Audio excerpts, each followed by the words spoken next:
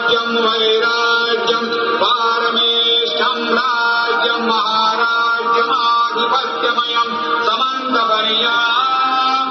ईशात् सार्वभौमः सर्वाय शान्तादापराधात् पृथिव्यै समुद्रपर्यन्ताय एकरायितुरप्येष श्लोको विनीत मरुतः परिवेष्टारो मरुतस्यावसङ्ग्रहे आविक्षुरस्य कामके